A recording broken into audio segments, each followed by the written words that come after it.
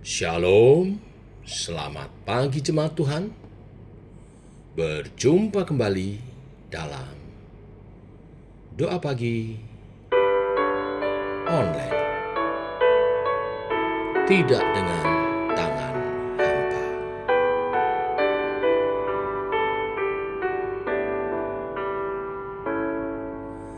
Tidak dengan tangan yang hampa, ku datang ke hadirat-Mu,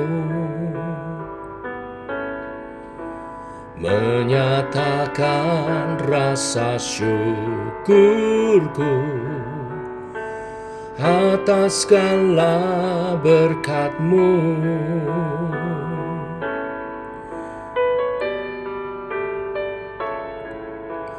Tidak dengan tangan yang hampa, ku sujud menyembah-Mu, persembahkan seluruh hidupku di atas mezbah-Mu.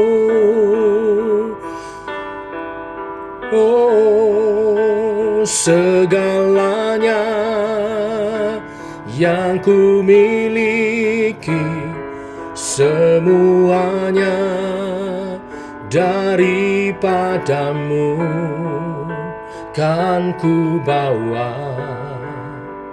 Persembahanku yang terbaik hanya bagi-Mu.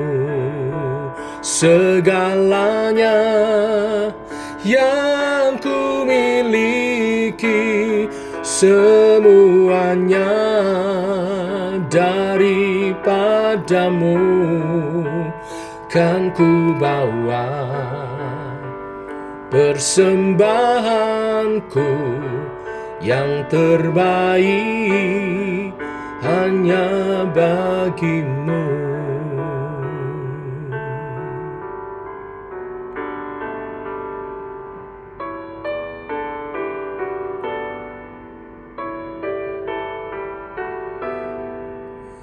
Tidak dengan tangan yang hampa, ku sujud menyembah-Mu, persembahkan seluruh hidupku di atas mezbah-Mu. Oh, segalanya yang ku miliki, semuanya daripada-Mu kan ku bawa. Persembahanku yang terbaik hanya bagi-Mu. Segalanya yang ku miliki, semuanya daripada-Mu kan ku bawa. Persembahanku yang terbaik hanya bagi-Mu kan ku bawa.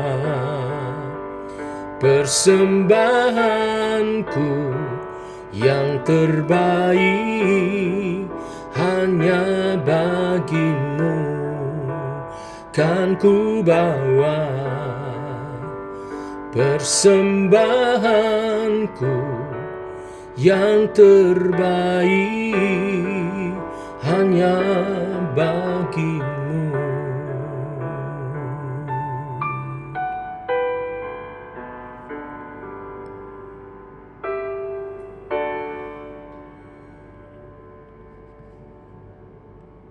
Tiba waktunya untuk kami merenungkan firman-Mu. Firman-Mu lah suluh dan terang bagi jalan kami. Berfirman Tuhan, terangi jalan kami, tuntun langkah kami, oleh kebenaran firman yang sebentar kami renungkan. Dalam nama Tuhan Yesus Kristus. Amin. Bapak Ibu, kita lanjutkan renungan firman pada pagi hari ini. Kita masuk surat Galatia. Galatia pasal 1. Saya membacakannya. Demikian firman Tuhan.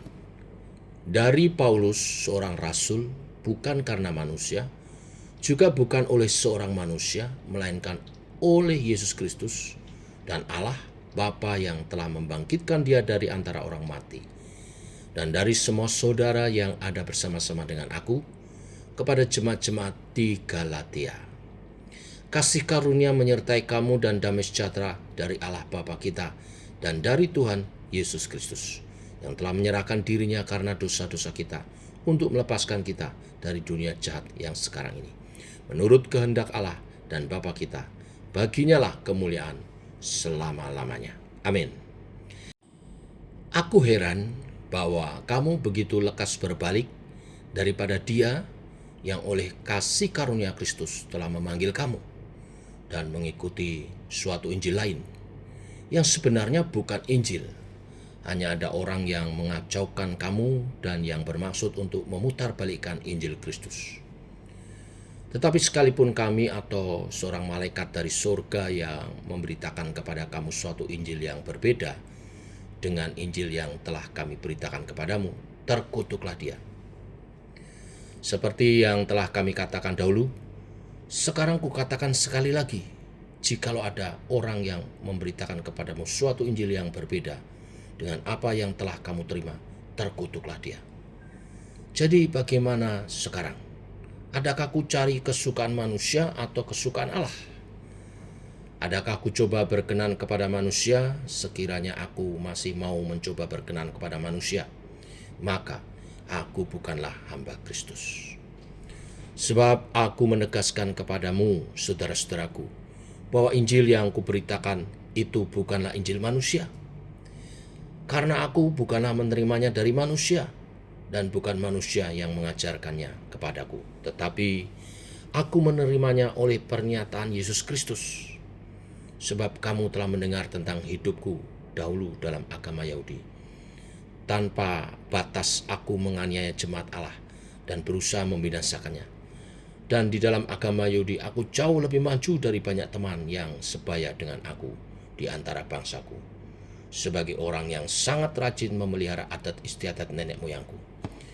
Tetapi waktu Ia yang telah memilih aku sejak kandungan ibuku dan memanggil aku oleh kasih karunia-Nya, berkenan menyatakan anaknya di dalam aku, supaya aku memberitakan Dia di antara bangsa-bangsa bukan Yahudi. Maka sesaat pun aku tidak meminta pertimbangan kepada manusia. Juga aku tidak pergi ke Yerusalem mendapatkan mereka yang telah menjadi rasul sebelum aku. Tetapi aku berangkat ke tanah Arab dan dari situ kembali lagi ke Damsyik. Lalu 3 tahun kemudian aku pergi ke Yerusalem untuk mengunjungi Kefas. Dan aku menumpang 15 hari di rumahnya. Tetapi aku tidak melihat seorang pun dari rasul-rasul yang lain, kecuali Yakobus, saudara Tuhan Yesus. Di hadapan Allah kutegaskan, apa yang kutuliskan kepadamu ini benar, aku tidak berdusta. Kemudian aku pergi ke daerah-daerah Syria dan Kilikia, tetapi rupaku tetap tidak dikenal oleh jemaat-jemaat Kristus di Yudea. Mereka hanya mendengar bahwa Ia yang dahulu menganiaya mereka, sekarang memberitakan iman yang pernah hendak dibinasakannya, dan mereka memuliakan Allah karena aku. Amin. Penekanan kita pada ayat 20 sampai 24. Sekali lagi saya baca. Di hadapan Allah kutegaskan, apa yang kutuliskan kepadamu ini benar, aku tidak berdusta. Kemudian aku pergi ke daerah-daerah Syria dan Kilikia, tetapi rupaku tetap tidak dikenal oleh jemaat-jemaat Kristus di Yudea. Mereka hanya mendengar bahwa Ia yang dahulu menganiaya mereka, sekarang memberitakan iman yang pernah hendak dibinasakannya, dan mereka memuliakan Allah karena aku. Sampai di sini pembacaan kita. Bapak Ibu jemaat Tuhan, Surat Galatia menurut saya adalah surat Paulus yang paling garang. Mengapa dia begitu garang menyampaikan surat ini? Karena di Galatia ya bertumbuh pengajaran dari guru-guru Injil lain, dikatakan Injil lain, di mana mereka mencampur adukkan iman percaya kepada Yesus dengan sunat dan Taurat. Nah, Paulus berusaha memperbaiki ini, mengklarifikasi ini, bahwa Injil adalah anugerah, tidak perlu ditambah apa-apa. Memang Injil tidak lepas juga dari Taurat, karena untuk memahami tentang dosa dan kekudusan kita perlu Taurat. Tetapi yang membebaskan umat manusia dari segala tuntutan hukum Taurat adalah Injil Kristus. Nah, melalui surat Galatia ini, Rasul Paulus ingin menjelaskan bahwa Injil sejati mempunyai kuasa mengubah identitas dirinya dan riwayat hidupnya, sehingga orang lain memuliakan Allah. Bagaimana hal itu dijelaskan? Yang pertama, kesaksian Paulus, bagaimana dia bertemu dengan Tuhan dan diubahkan hidupnya. Ayat 20. Di hadapan Allah aku tidak berdusta. Ini bicara tentang integritas kesaksiannya, bahwa Tuhan jadi saksi. Ya, di ayat 13 sampai 19 tentang apa yang kutuliskan kepadamu.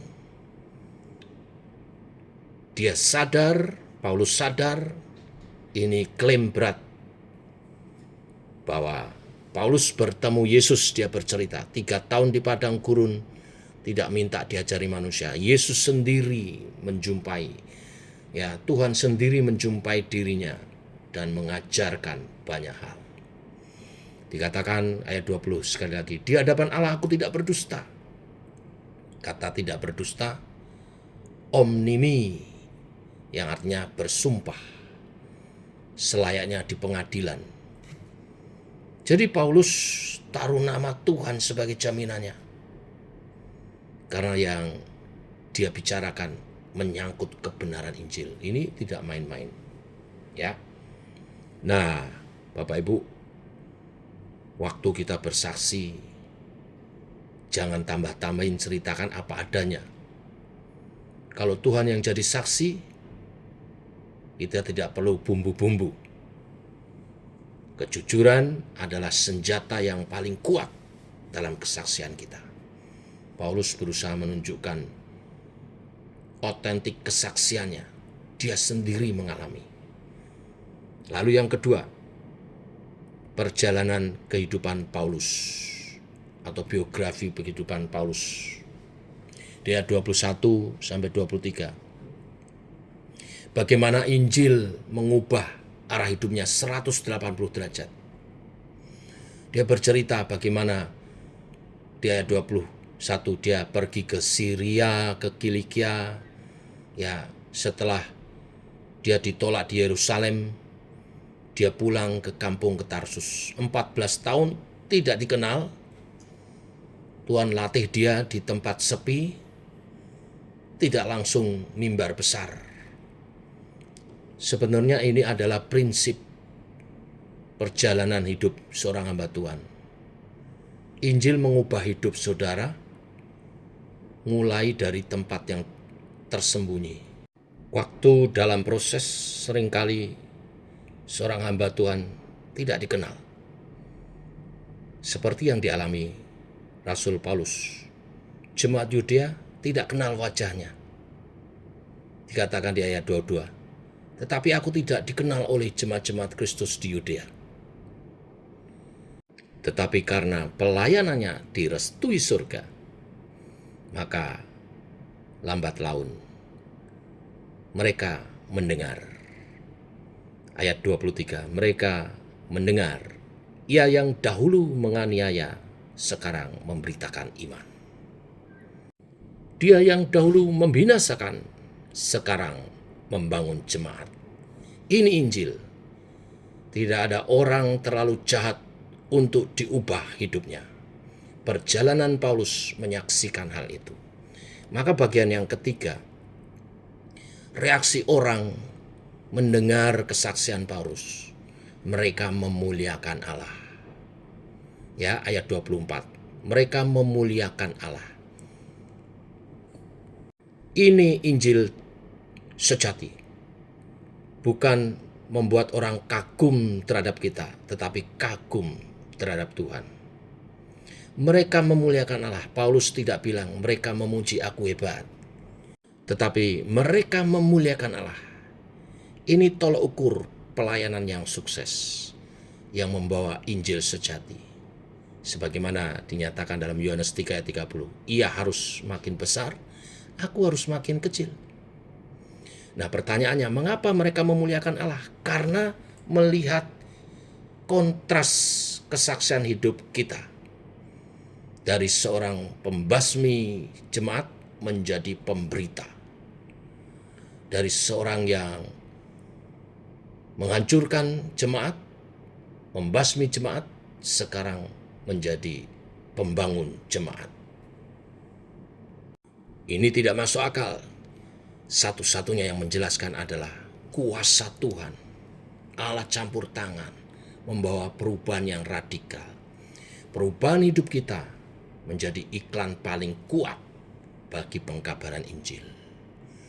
Kesaksian hidup lebih besar daripada khotbah-khotbah Bapak Ibu. Nah, jemaat Yudea tidak membaca tesis Paulus. Mereka mendengar cerita Saulus si pembunuh sekarang berkhotbah tentang Yesus. Itu cukup membuat mereka percaya dan memuliakan Tuhan. Pada akhirnya, saya tutup renungan kita dengan satu pertanyaan. Kalau tetangga saudara, teman saudara diminta membuat satu kalimat tentang kita, tentang saudara, apa yang mereka akan katakan? Dia dulu pembasmi, sekarang pemberita? Atau dia dulu sama sekarang sama saja? Kalau kita telah menerima Injil sejati, maka hidup kita pasti berubah. Dulu berbeda dengan sekarang. Dulu pembasmi, sekarang pemberita. Mari kita berdoa. Bapa, kami mengucap syukur oleh kasih dan anugerah-Mu, rahmat-Mu baru. Pagi hari ini kami dikuatkan atas kesaksian dari Rasul Paulus membuka suratnya kepada jemaat di Galatia. Menangkal pemberita-pemberita Injil yang palsu. Paulus memperkenalkan diri sebagai produk dari seorang yang menerima Injil yang sejati, di mana hidupnya diubahkan. Dulu pembasmi, sekarang menjadi pemberita Injil. Dan semuanya diarahkan untuk kemuliaan nama Tuhan. Biarlah hidup kami juga demikian. Hidupan yang nyata dalam perubahan. Siapa kami dulu dan sekarang. Dan kami rindu kehidupan kami yang akan datang boleh menjadi kesaksian sehingga membawa orang memuliakan Tuhan, membawa orang datang kepada Tuhan, lebih bersungguh-sungguh dalam iman percayanya kepada Kristus. Urapilah kami Tuhan, sertai pemberitaan kami dengan tanda-tanda perilaku hidup yang terus makin hari makin diubahkan, karakter yang memuliakan Tuhan, lebih bersaksi daripada perkataan-perkataan kami. Biarlah Roh Kudus meneguhkan segalanya. Tak lupa kami bawa dalam doa persiapan ibadah raya minggu ini yang akan dilayani oleh Ibu Hana dan Pastor Agung dari Blora. Tuhan memakai pasangan ini menjadi berkat bagi jemaat di GKI Shema. Persiapkan secara khusus dalam pengurapan-Mu untuk memberkati umat Tuhan. Dalam nama Yesus kami berdoa, kami mengucap syukur. Amin. Demikian saudara doa pagi kita, selamat pagi. Jangan lupa persiapkan diri untuk ibadah besok yang akan dilayani secara khusus Pastor Agung dan istrinya Ibu Hana yang akan melayani Tuhan luar biasa di ibadah raya kita. Tuhan memberkati. Shalom.